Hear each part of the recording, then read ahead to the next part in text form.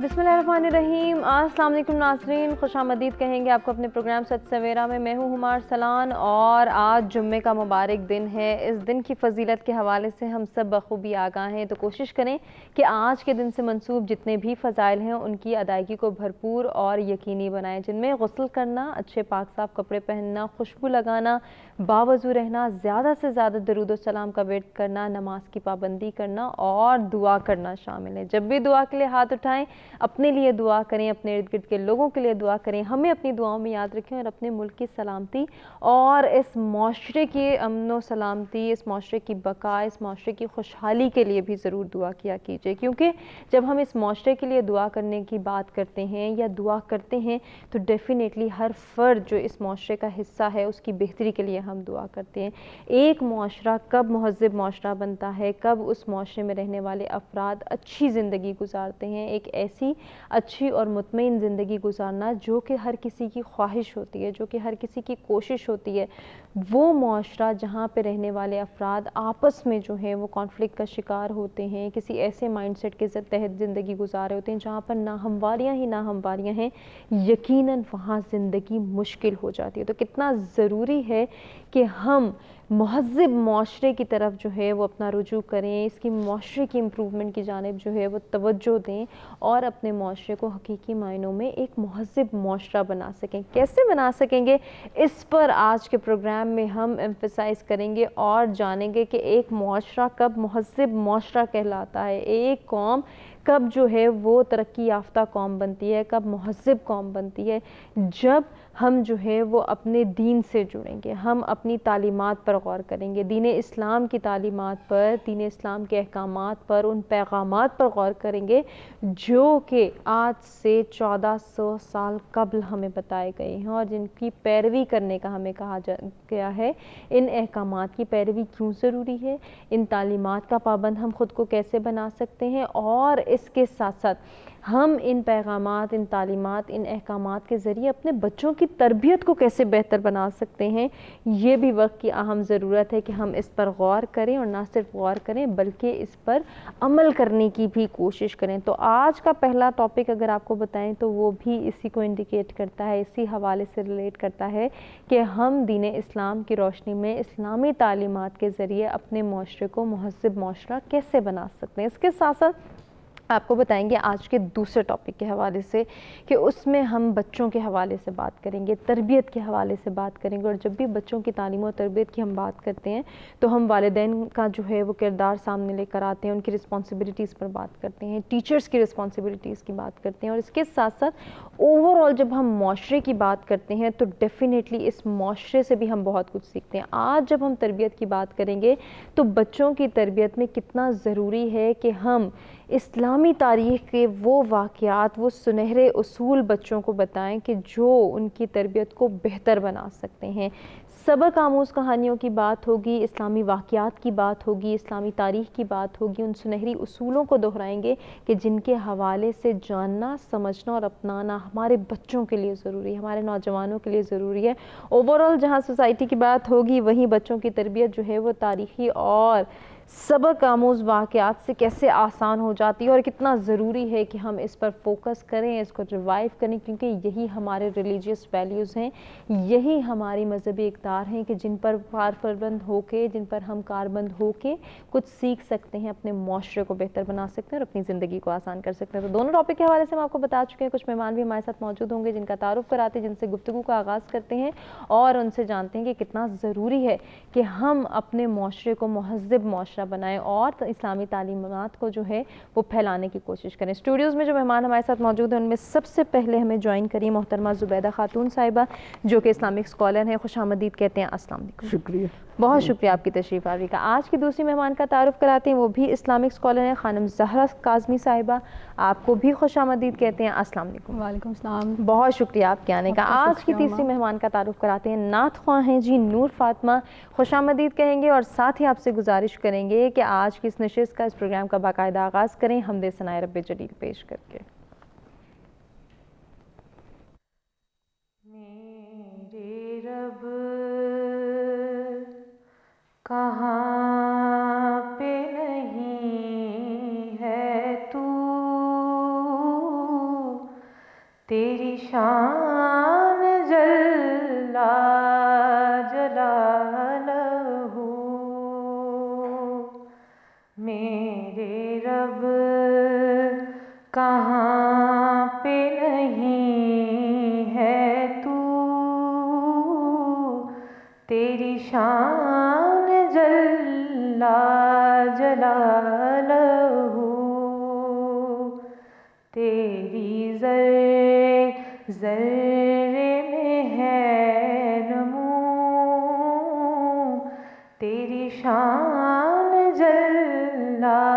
جلالہ،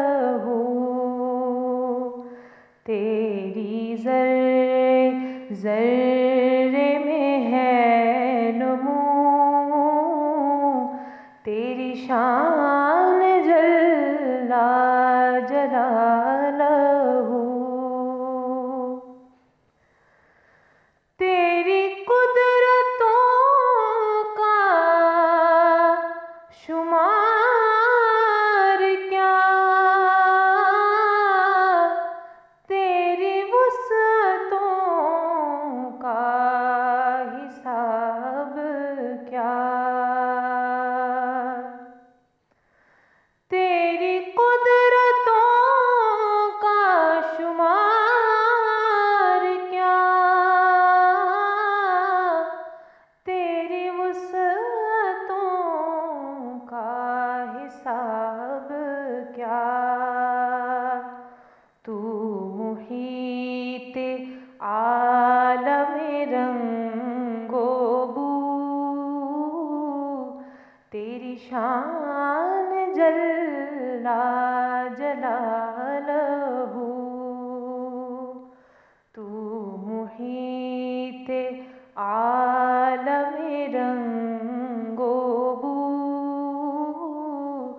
تیری شان جل جلالہ، تیری ذرے ذرے میں ہے نمو، تیری شان جل جلالہ، تیرا فیض فیض عمیم ہے، تو ہی میرا رب کریم ہے، تیرا فیض فیض عمیم ہے، تو ہی میرا رب کریم ہے، میرے دل میں ہے تیری آرزو، تیری شان جل جلالہ، میرے دل میں ہے تیری آرزو، تیری شان جل جلالہ،